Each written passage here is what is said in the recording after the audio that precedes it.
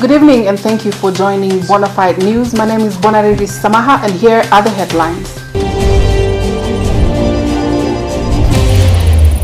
Education for sustainable development. Is Kenya ready for it? We speak to Omboko Milemba of the Kenya Union of Post-Primary Education about this crucial topic.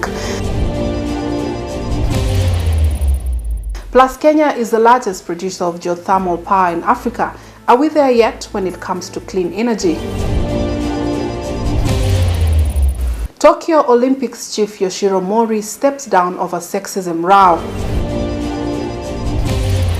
And we speak to Michael Mokua, an expert in corporate sustainability, about why it is important and how to achieve it.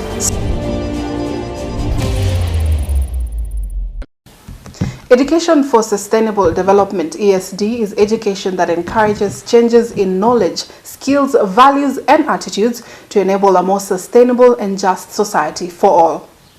According to the United Nations, whose program this is, ESD aims to empower and equip current and future generations to meet their needs using a balanced and integrated approach to the economic, social, and environmental dimension of sustainable development.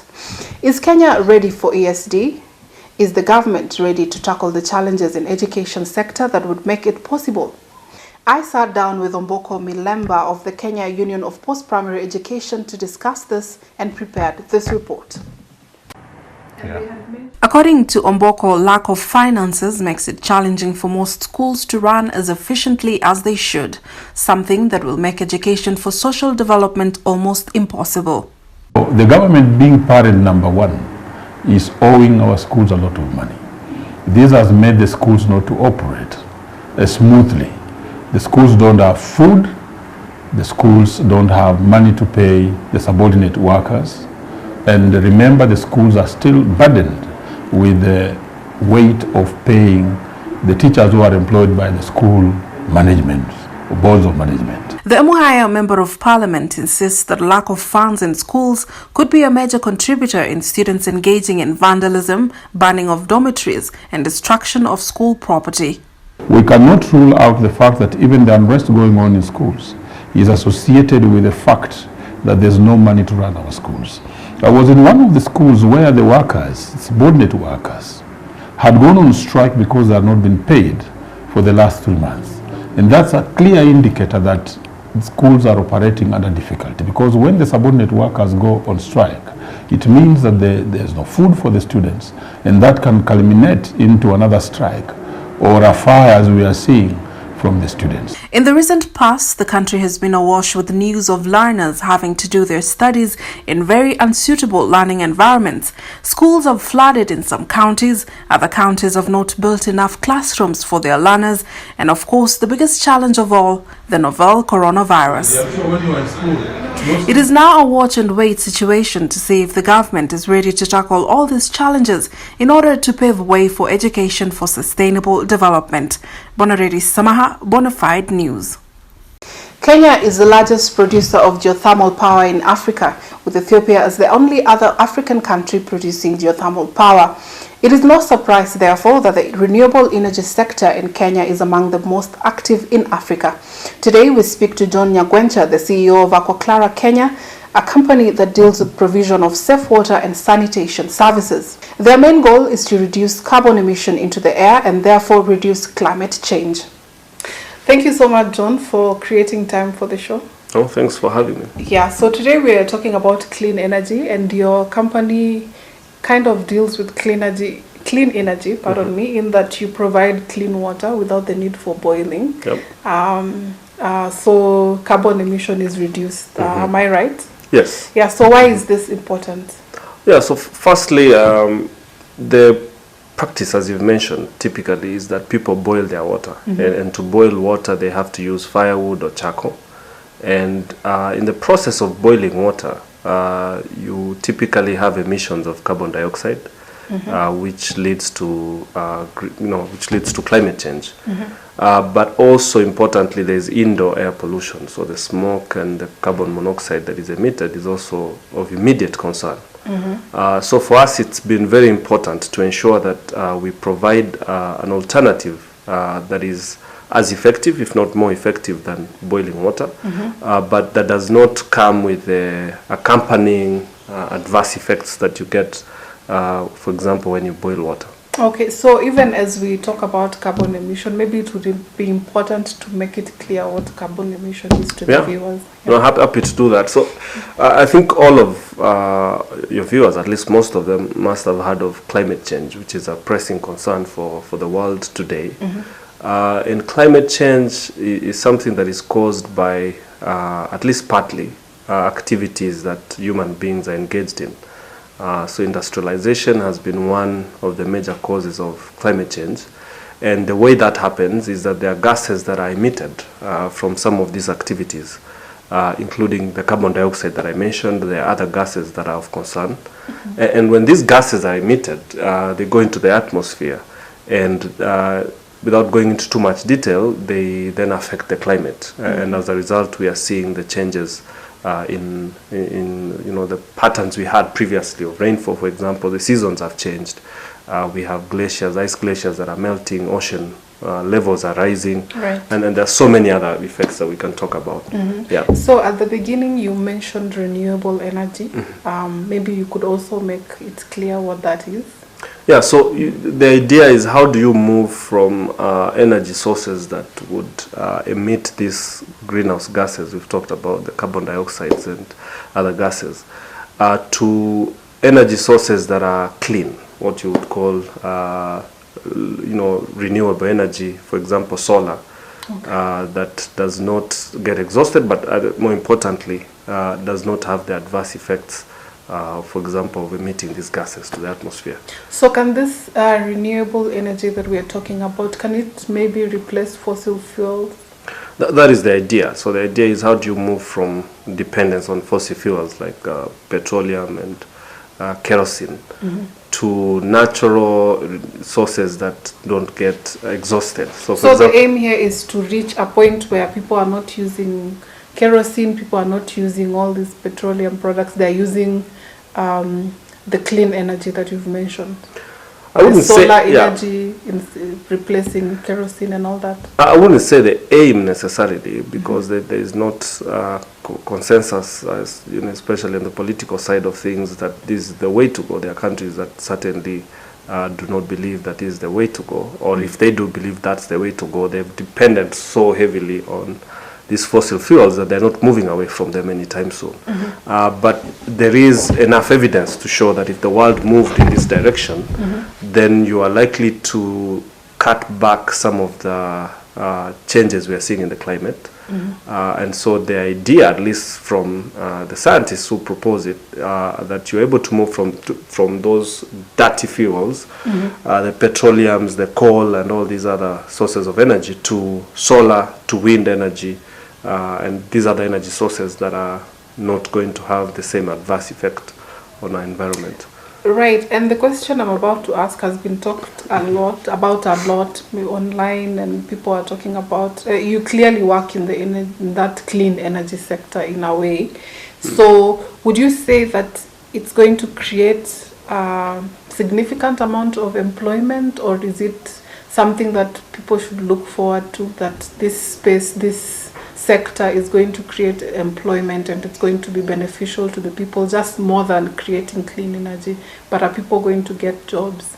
Yeah, and I think it does happen in every transformation, every transition that you have. When people moved from typewriters to computers, for example, there are people who lost their jobs because their skills of using typewriters were no longer valid.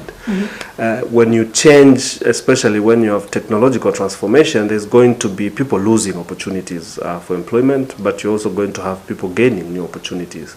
There are certainly many industries that are dependent on the petroleum products that are likely to lose out if there is a major shift towards renewable energy. But on the flip side, you are going to have many other jobs being created, new jobs for people in these new industries. So in the balance of things, I do believe that it's going to levelize the playground a bit, because there are countries that have not been fortunate to have natural resources like oil. but renewable energy is going to be possible even for those countries, to be able to generate energy that is sufficient for their own domestic use, if not surplus, that is sufficient for them to sell. Okay, so in every undertaking that countries go through, especially here in Kenya, we are a developing country and everybody is looking for ways to save money. Is clean energy, does it save money? Will it help the local mwananchi save money, or is it going to add costs? Like you're talking of things about solar, you're talking about not emitting carbon. These are foreign things for a Kenyan ear, and it sounds expensive. It sounds like a rich people's problem. Are they going to save money? Well, I wouldn't call them foreign necessarily, but to answer your question, the startup cost, so the money you need, the capital you need at the beginning to invest in some of these sources of energy like solar is likely to be higher than you would need for other sources of energy.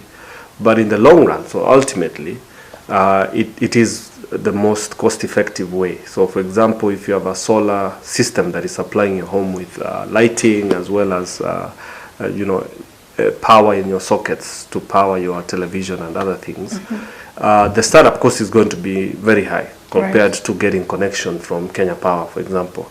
But what you gain is that you are not going to have monthly bills that you need to pay. So if you calculate over a longer period of time, you'll find that investing in things like solar is you're saving money there. So this is friendly to the mwananchi. It's not adding burdens to them. No, I wouldn't go that far. So the idea is that yes, in the long term it's cheaper, but many Kenyans live, I would say, hand to mouth. Your typical Kenyan lives on less than 500 shillings a day. And so some of these investments are not going to be possible. But what has happened in the industry is that there's a lot of work that is being done to finance these options, to work with banks, for example, to ensure that whereas they can't pay 100% upfront, they can pay, say, a deposit of 20%, and then you spread the remaining portion over a period of time, which then makes it possible for as many people as possible to access these options. All right. Thank you so much. We really appreciate your time, and this is really insightful information. And as you've seen, clean energy is important. It's important to fight for it and to make sure that every Kenyan is for clean energy. Thank you so much. Thank you. Thank you for having me. Thank you. It's Corona time. Corona time. Yeah. All right. Yoshiro Mori was quoted as saying that women talk too much and that a meeting with many female board directors would take a lot of time. The remarks set off a firestorm of protest, and he apologized at the time but said he would not resign. It is not immediately clear who will replace Mori, a former Japanese prime minister. He had initially selected well-known sport administrator Sabuko Kawabuchi, who is 84 years old, to replace him, but this also led to protests. The resignation came as pressure mounted on him over the past week. Major sponsors came forward to criticize his comments, including Toyota, one of the biggest Olympic backers.